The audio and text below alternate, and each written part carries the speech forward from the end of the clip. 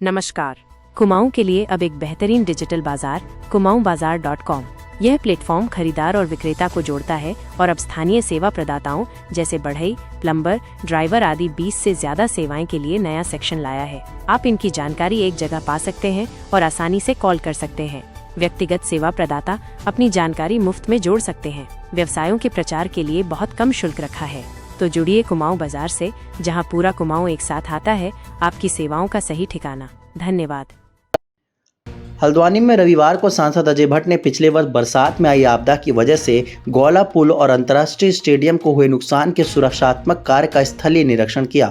अजय भट्ट ने गौला नदी के किनारे पुल से जोड़ने वाले अप्रोच रोड और गौला पुल सहित अंतर्राष्ट्रीय स्टेडियम के सुरक्षात्मक कार्य का अधिकारियों के साथ निरीक्षण करते हुए कई निर्देश दिए। इस दौरान सांसद अजय भट्ट ने बताया कि लगभग 1 अरब रुपए की लागत से अंतर्राष्ट्रीय स्टेडियम, गौला पुल और अप्रोच रोड में सुरक्षात्मक कार्य किए जा रहे हैं। उन्होंने कहा कि बरसात नजदीक है, इसलिए बरसात में पिछले वर्ष की अपेक्षा नुकसान कम हो, इसके लिए सबसे पहले सिंचाई विभाग को बड़े बड़े बोल्डर प्रभावित इलाके के किनारे लगाने के निर्देश दिए हैं। इसके अलावा NHAI को जल्द निर्माण कार्य पूरे करने को कहा गया है और सिंचाई विभाग को स्टेडियम की सुरक्षा के कार्य पूरे करने को कहा गया है। सांसद अजय भट्ट ने बताया कि पुख्ता सुरक्षा के कार्य बरसात के सीजन के बाद भी जारी रहेंगे।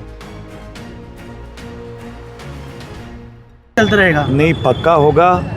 NHAI के काम अभी नीचे इतने अच्छे चल रहे हैं, आप देख रहे हैं। और PWD की सड़क जो टूटी हुई थी पिछले 11 महीने से, वो इसलिए विलम्ब हुआ उसमें क्योंकि एक हमारे ठेकेदार महोदय ही न्यायालय चले गए थे।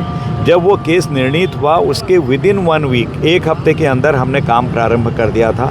मैं और हमारे MLA साहब और मेरे सारे कार्यकर्ता और यहाँ की जनता, हम सब लोगों ने सार्वजनिक रूप से बताया कि माननीय मुख्यमंत्री जी ने पैसा दे दिया है और हम आज गोला फोड़कर रोड के काम का शुरुआत कर रहे हैं। आज एक्शन साहब यहाँ पर हैं, उन्होंने बताया कि बहुत तेज़ी से काम चल रहा है। सिंचाई विभाग को पैसा जो नहीं मिला उसमें विलम्ब हुआ है। कई बार ऊपर नीचे फाइलें जाती हैं, बड़ा अमाउंट है, लगभग 30 करोड़ रुपए।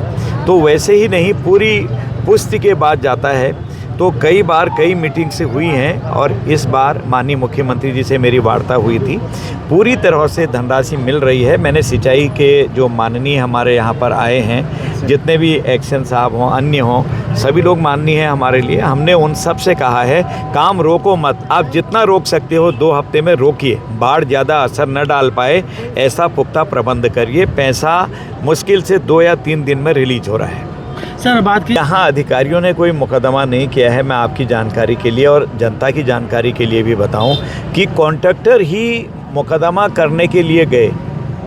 कोई जो ठेकेदार साहब थे वही माननीय न्यायालय में गए, उसी से विलम्ब हुआ। मैं पुनः बताना चाहता हूँ, विनम्र निवेदन है मेरा, जैसे ही ये मुकदमा पूरी तरह से निर्णीत हुआ, फाइनल हो गया, तुरंत ही उसके 1 हफ्ते में हमने शायद 2-3 दिन में ही हमने कार्य प्रारंभ कर दिया। मैं स्वयं गोला फोड़ने यहाँ आया और आप लोग भी उसके साक्षी हैं और यहाँ की जनता साक्षी है।